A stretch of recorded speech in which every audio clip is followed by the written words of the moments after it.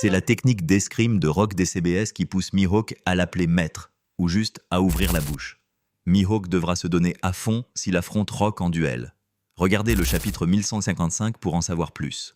L'escrime de RCB est célèbre pour tout balayer autour comme un immense marteau ou un canon. Celui qui a surpassé même Rare par sa force, mais n'a pas pu devenir roi des pirates. Rob Mihawk est appelé le meilleur escrimeur du monde. Sa technique d'escrime surpasse celle de Roger le chef aux cheveux rouges. Peut-on vraiment dire que Mihawk dépasse Rock l'épée divine, Roma de Wano reste un grand mystère pour comparer ces personnages. Le chapitre 1145 est officiellement sorti pour les fans. Je ne peux pas montrer l'histoire trop longtemps à cause des droits d'auteur sur YouTube. J'ai déjà été sanctionné 3 avertissements et c'est fini, donc je limite les détails complets. Mais pour jouer, il faut jouer à fond. Je prends des risques pour les fans passionnés de One Piece sur la chaîne, même si plus de 70% regardent sans interagir. Ils ne likent pas pour encourager sans parler de faire un don. Oublions ça pour l'instant. Vous avez votre tasse de café à la main, non plongez dans les détails du chapitre 1155. C'est chaud, allons-y. Titre du chapitre 1155, l'équipage des pirates de Robs. Petit rappel du contexte, les habitants d'Elbaf inquiets pour Loki font pleurer ce géant à 17 ans soit 6 ans en âge humain. Loki saute du royaume céleste au monde inférieur pour défier la pression, sachant qu'il ne mourra pas à cette hauteur. Alors que Loki pleure avec ses yeux démoniaques, il voit un groupe approcher Elbaf mené par les pirates d'Urbet. Ces bêtes posent 2 questions à Loki. C'est bien Elbaf et Har Estilias. Loki répond, c'est Elbaf mais mon père n'est pas là. Il est en voyage, vous êtes du clan des géants, première fois que je vois ça. Il bouge vraiment. Styrit, trouvant Loki mignon. Ton père est donc Aran. S'il voyage, il doit être joignable. Ces bêtes demandent, comment tu t'appelles, Loki? D'accord, Loki fait ce que je dis, rentre et contacte ton père. Dis-lui que Loki est gravement blessé, qu'il revienne vite. L'attitude arrogante de ces bêtes irrite Loki sincère envers eux. Pourquoi obéir à des humains? Je suis blessé, et alors mon père devrait revenir pour ça. Tu oses me donner des ordres. Loki pense que Wuhan ne se soucie pas de lui comme les autres, à Elbaf qui l'ignore. Avec sa main géante, Loki tente d'écraser ces bêtes comme un insecte. Un petit humain qui fait le malin. Mais ces bêtes n'est pas ordinaire, c'est un fou. Il sort son épée, prenant une pose semblable au Kamusori de Roger, et frappe Loki d'un coup d'épée qui le fait hurler de douleur, incapable de résister. Une explosion terrifiante suit. Le narrateur décrit l'escrime de Rock comme capable de tout balayer comme un marteau géant ou un tir de canon. Ces bêtes rient. Alors tu vois, ça chauffe. Loki est gravement blessé. Le récit revient 8 ans en arrière, lors de la première rencontre entre Sibeth et Varan au sommet de l'Evely, à Marijois. Des cris de soldats résonnent dans la Terre Sainte. 5 rois sont attaqués et kidnappés par un homme imposant vêtu de noir. Cela montre que RCBS n'attaque pas Marijois de front, mais furtivement, avec une force écrasante, terrassant facilement les gardes faibles. Dans la salle des fleurs, où les rois du monde discutent, Imu dit calmement « Leur pouvoir ne peut pas me menacer ». Ces bêtes observant de loin répond avec un pistolet en main « Bien sûr, mais la Terre Sainte est en chaos. Pourquoi m'en soucierais-je » On se demande pourquoi les 5 anciens laissent ces bêtes agir ainsi. À côté de Remo se tient Manzer Gunko, un serviteur masqué aux yeux perçants. Le narrateur note que c'est le premier cas historique d'intrusion dans la salle des fleurs au cœur de la Terre Sainte. Cet homme, se disant disciple de Davidon, n'agit pas davantage conscient de ses limites, mais laisse un message « Je reviendrai ». Ces mots bouleversent Imu non par amour, mais par une colère intense. Imu, qui a éliminé le roi Korra, ne peut tuer cet intrus. Le narrateur précise que cette affaire reste secrète. Ce jour-là, un autre intrus pénètre la Terre Sainte et tout devient chaotique. Les dragons célestes paniquent. Il est plus grand qu'un géant. Je veux l'asservir, pas le tuer pour en faire un trophée. Ces paroles reflètent leur barbarie avide de meurtre et de possession sans humanité. Les gardes, eux, protègent leur maître avec zèle. Varan charge à grande vitesse entouré de flammes. Varan subit une attaque modérée mais prolongée, elle pourrait le consumer. On apprend que Varan, ami d'un roi, s'est infiltré comme garde mais fut découvert. Il crie « C'est trop chaud, j'ai échoué dans les négociations, d'accord, mais pourquoi me traiter ainsi ?» Ces bêtes face à Varan entend les gardes crier que l'amiral est à terre et que le coupable se dirige vers le palais. Varan proteste « Ce n'est pas moi qui ai kidnappé les rois !» Sbeth s'enfuit dans la direction opposée tandis que Varan furieux veut prouver son innocence en attrapant le vrai coupable. Les deux dégainent leurs armes, les flammes sur Varan s'intensifiant. Leur choc détruit tout autour. Le narrateur rapporte que leur affrontement avec leur acquis de conquérant a vidé un rayon de 5 km tuant garde et dragons célestes dans une explosion massive. Dis-t-on non? Je suis Varan. Je suis Roc. La prochaine attaque visera la ville. Si tu te fais prendre, tu seras esclave. Ces mots choquent Varan. Roc ne peut expliquer davantage, mais avertit, et Varan d'accord s'allie pour une prochaine attaque sur la Terre Sainte. Marie-Joie tremble violemment, rien ne peut arrêter leurs actions. Varan demande « Où est Iyibé ?» Roc répond « Aucune idée quelque part dans le Nouveau Monde. Si tu survis, on se reverra. » Varan saute du sommet vers la mer, laissant Roc stupéfait. « Tu peux voler ?» Bien sûr que non, mais sans fruit du démon, je peux nager. Leur rencontre éclair laisse une forte impression. Leur acquis de conquérant les sauve de la capture ce jour-là. Le narrateur note que Roc a abattu un amiral qui, malgré les soins, n'a pas survécu, choquant le monde. La prime de Roc s'élève, mais ce qui intrigue, c'est son attitude semblable à l'empereur Buggy avec sa main et sa langue menaçante. Buggy manipule-t-il Roc? Il y a 38 ans, un autre fils de Buggy serait né. Roc attaque un immense navire de transport vers Marie-Joie, détruisant ses portes et s'échappant encore. Avec l'argent et le navire volé, il entame sa carrière de pirate. Ses actions critiquent le gouvernement, mais sa prochaine cible est un navire pirate. Roc tient les avis de recherche des grands pirates, dont Shiki, dans un jeu ancien appelé David B. Fire, où les équipages s'affrontent pour voler des membres. Roc utilise ce jeu pour recruter des membres d'élite sans hisser de drapeau, formant un groupe informel. Il porte des gants de boxe comme dans le jeu de Luffy et Foxy, et attaque d'autres navires pirates.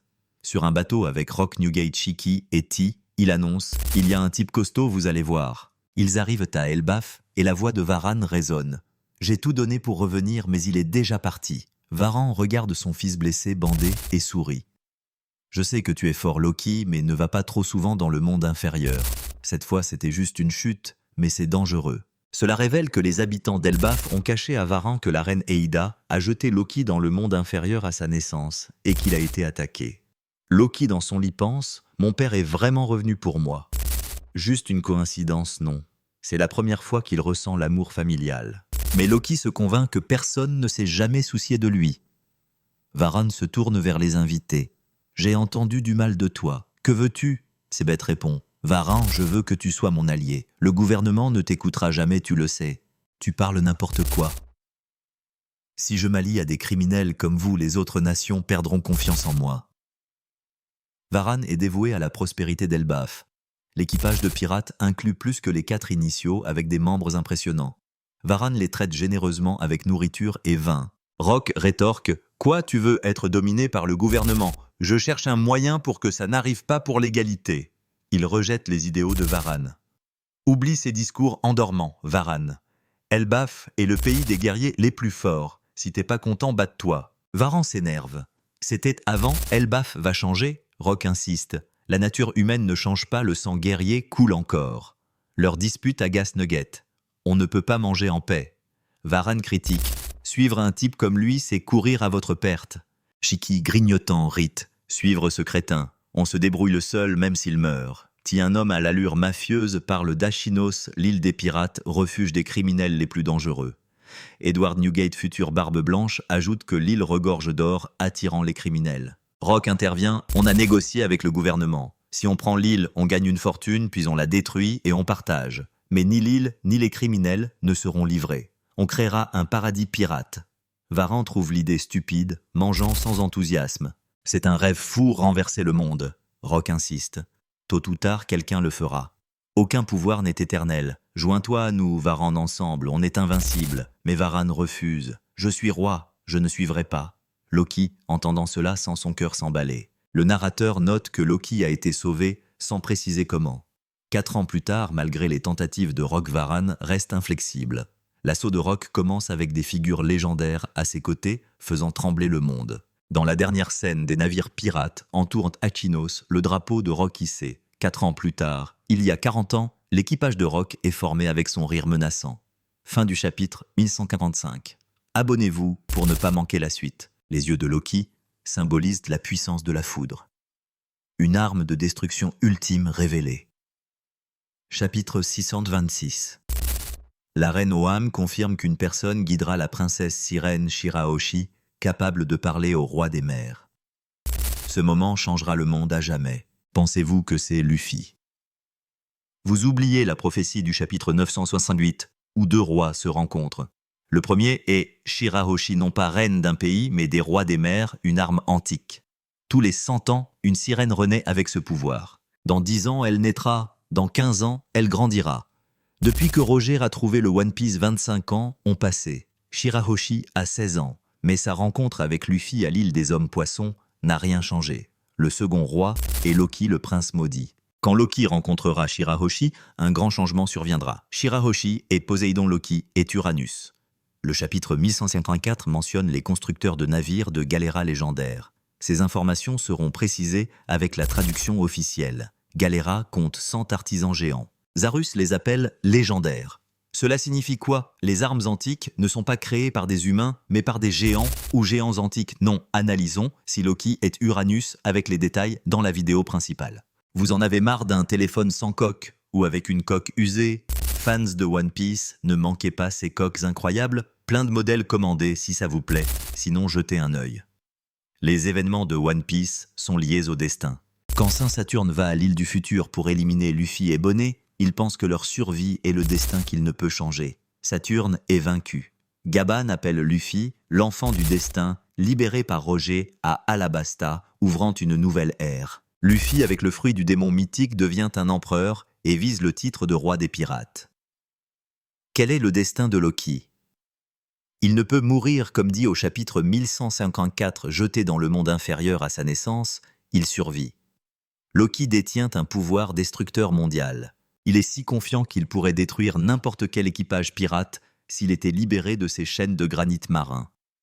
Ce pouvoir supérieur à celui de Barbe Blanche n'est pas considéré comme une menace par le gouvernement.